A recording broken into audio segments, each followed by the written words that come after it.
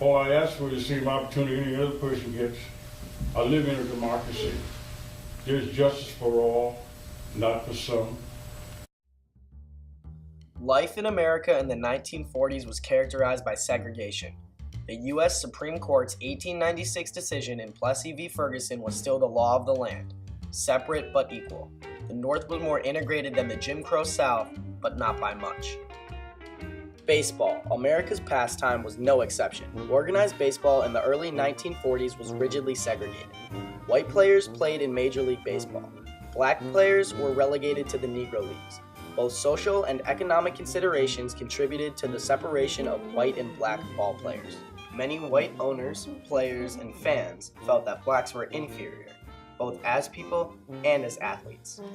One MLB executive, Branch Rickey of the Brooklyn Dodgers, is credited with changing the Jim Crow policies of baseball by famously signing Jackie Robinson to a contract that allowed Robinson to play for the Dodgers at the start of the 1947 season. But the stage was set for this celebrated event and for the subsequent full integration of baseball by a trio of baseball men with ties to Cleveland, Ohio. This trio was led by Bill Veeck, who sought to integrate baseball for good. Before Bill Veeck was even associated with the MLB, a young pitcher dominated the Negro Leagues from the mound. Leroy Robert Page, better known as Satchel Paige, started off his Negro League career in 1926 with the Chattanooga Black Lookouts.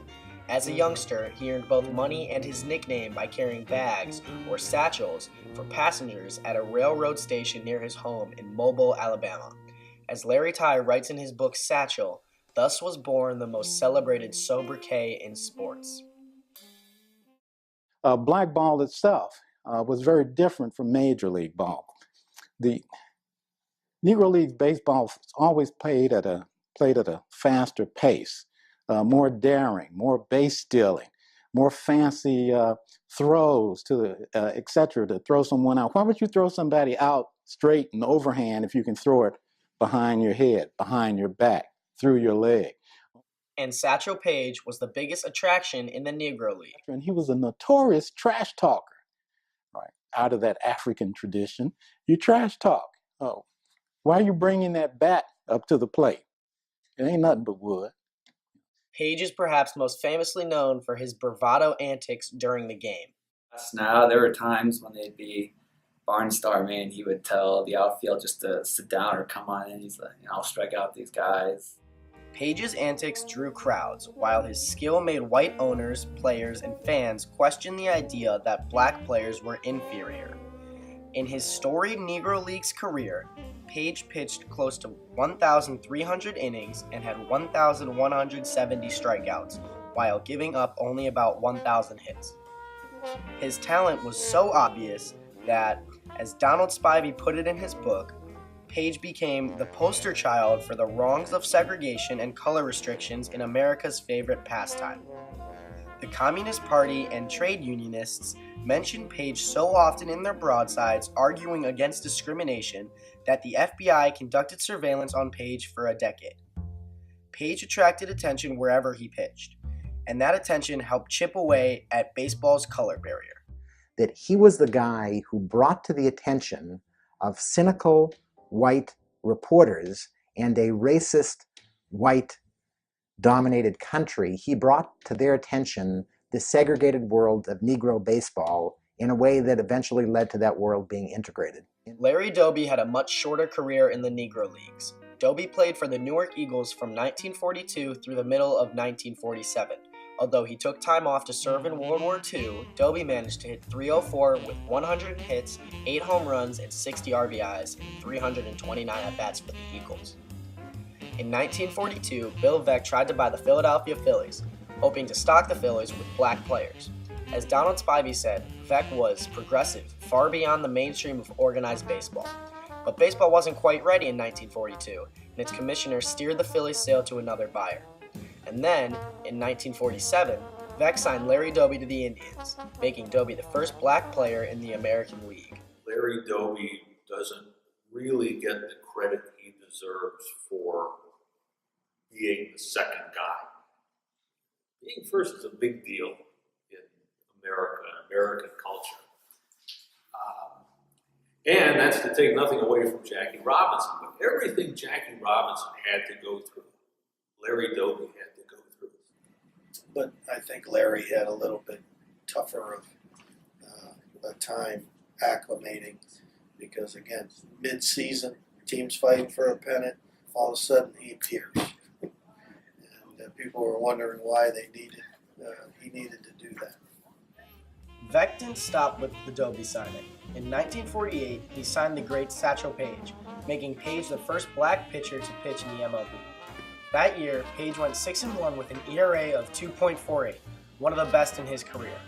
Doby also had a tremendous 1948 season. He got 132 hits in 121 games. Doby had 23 doubles, 9 triples, 14 home runs, and 66 RBIs. His batting average was .301, one of the highest on the team. Do I think that Bill Veeck's decision to acquire Satchel Paige and Larry Doby were right at the time? Absolutely. It's the right move. I mean, he wanted to win, and he signed the best guys available, and it just so happened that Larry Doby was available, and he was black, but didn't stop Veeck from signing him. But I would tell you also that both Branch Rickey and Bill Veeck, while they thought of this as a wonderful thing historically that needed to be done, they were still trying to win. With the help of Doby and Paige, the Indians made it to the World Series, where Doby became the first black player to hit a home run and Paige the first to pitch in a World Series. The Indians won the series in 6 games, beating the Boston Braves and weakening Jim Crow. Satchel Paige, Larry Doby, and Bill Veeck all affected the course of history. Paige's pitching mastery in the Negro Leagues helped people envision a black player succeeding in the MLB, thus paving the way for Jackie Robinson. With Veeck's help, Paige and Doby broke major league barriers. Their success on the field in 1948 changed the way people thought about the races working together. And things did not unravel because you had more than one man of color on your baseball team.